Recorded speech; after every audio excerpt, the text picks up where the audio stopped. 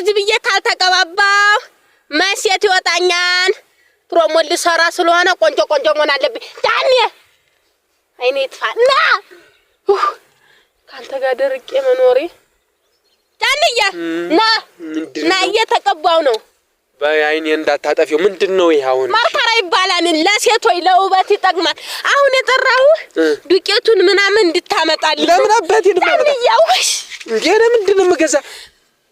ፕሮሞል ልሰራ ጫንዬ ስለሆነ ነጭ መሆን አለብሽ ተብያለሁ። ፈረንጅ መምሰል አለብሽ። የምን ፎርም ነው? የምንም እንትን ነው? ምንድነው የምትሰሪብኝ?